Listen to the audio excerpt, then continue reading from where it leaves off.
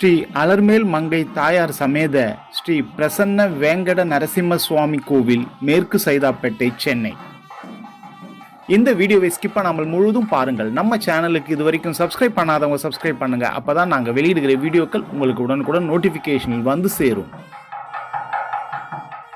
சென்னை மேற்கு சைதாப்பேட்டையில் உள்ள ஸ்ரீ பிரசன்ன வேங்கட நரசிம்ம பெருமாள் கோவில். சென்னையில் முன்னர் ரகுநாதபுரம் என்று அழைக்கப்பட்ட இப்பகுதி இன்று மேற்கு சைதாப்பேட்டை என்று அழைக்கப்படுகிறது. இங்குள்ள தீர்த்தம் ரகு தீர்த்தம் என்று அழைக்கப்படுகிறது. கிழக்கு நோக்கிய 5 நிலை ராஜகோபுரம். இக்கோவிலின் கோபுரத்தில் சயன கோலத்தில் பெருமாள், சீதாராமர் பட்டாபிஷேக காட்சி மற்றும் எண்ணற்ற சுதை சிற்பங்கள் உள்ளன. 2024ஆம் ஆண்டு இந்த கோவிலுக்கு குடமுழுக்கு விழா நடைபெற்றுள்ளது. கோவிலுக்கு வெளியில் சிறிய நந்தவனம் உள்ளது. கிருஷ்ணர் புல்லாங்குழல் வாசிக்கும் சிலை அமைக்கப்பட்டுள்ளது. மேலும் ராமானுஜருக்கும் இங்கு சிலை வைக்கப்பட்டுள்ளது. அதனைத் தொடர்ந்து கோசாலை அமைந்துள்ளது. கோவிலின் உள் நுழைந்தவுடன் கொடிமரம், பலிபீடம் ஆகியன உள்ளன. இக்கோவில் விஷ்ணுவின் அவதாரமான வெங்கடேஸ்வரருக்கு அர்ப்பணிக்கப்பட்டுள்ளது. 12ஆம் நூற்றாண்டில் கட்டப்பட்டது. ஆனால் கோவிலுக்குள் காணப்படும் வரலாற்று பதிவுகள் மற்றும் கல்வெட்டுகளின்படி 1000 ஆண்டுகளுக்கு முந்தைய கூறுகளை கொண்டிருக்கலாம் என தெரிய வருகிறது. தென்னிந்தியா விஜயநகர பேரரசின் ஆட்சியில் இருந்த காலத்தில் இந்த கோவில் கட்டப்பட்டது என்ற குறிப்புகள் காணப்படுகிறது.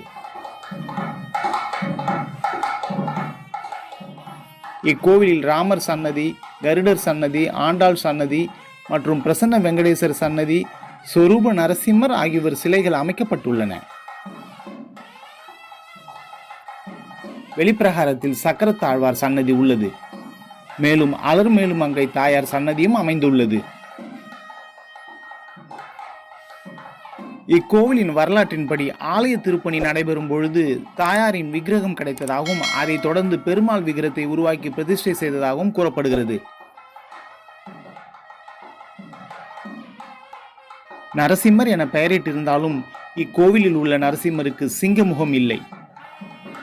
மூலஸ்தானத்தில் பிரசன்ன வெங்கடேஸ்வரர் ஸ்ரீதேவி மற்றும் பூதேவியுடன் காட்சி தருகிறார்.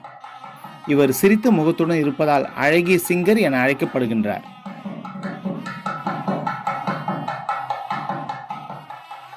ராமர் கோவிலாக மட்டும் இருந்த இக்கோவிலின் பட்டரின் கனவில் இறைவன் வந்து கூறியதால் வெங்கடேஸ்வரரும் பிரதிஷ்டை செய்யப்பட்டு பிரசன்ன வேங்கடர் என அழைக்கப்பட்டார்.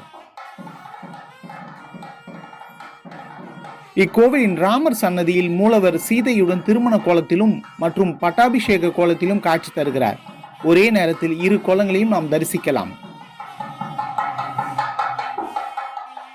ஸ்ரீ பிரசன்ன வேங்கட நரசிம்மர் தனது மனைவிகளான ஸ்ரீதேவி மற்றும் பூதேவியுடன் கிழக்கு நோக்கி கர்ப்பகிரகத்தில் அவதாரம் எடுத்ததாக கோவிலின் பிராந்திய புராணம் கூறுகிறது. இக்கோவிலில் பெருமாள் கோவிலுக்குரிய அனைத்து அம்சங்களும் சரிவர பொருந்தி உள்ளது.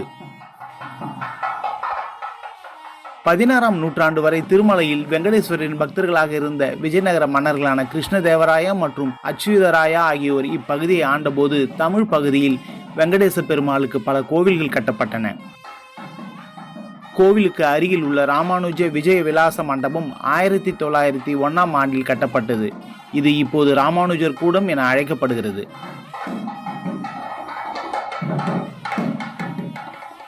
இக்கோவிலை சுற்றி வரும் பாதையில் ஆண்டாளுக்கு தனி சன்னதி உள்ளது மற்றும் இங்கு ஆஞ்சநேயருக்கும் தனி சன்னதி உள்ளது. நம்மாழ்வார், திருமங்கை ஆழ்வார், ராமானுஜர், மணவாள மாமுனிகள் ஆகியோர் முன் மண்டபத்தில் உள்ளனர். இக்கோவிலில் உள்ள சக்கரத்தாழ்வாருக்கு சிறப்பு பூஜைகள் நடைபெறுகிறது.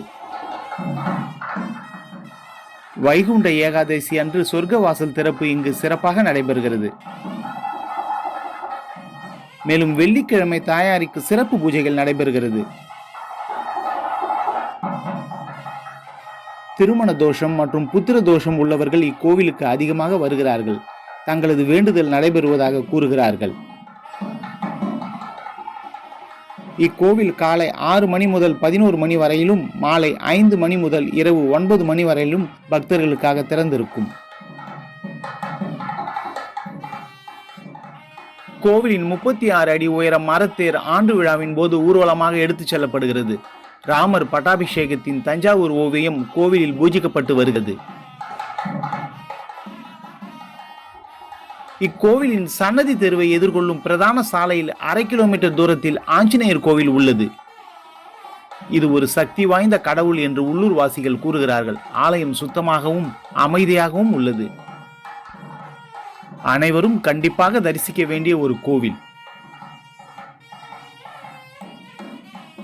நீங்களும் இக்கோவிலுக்கு வந்து பெருமாளின் அருளை பெறுமாறு அன்புடன் கேட்டுக்கொள்கிறேன். நன்றி.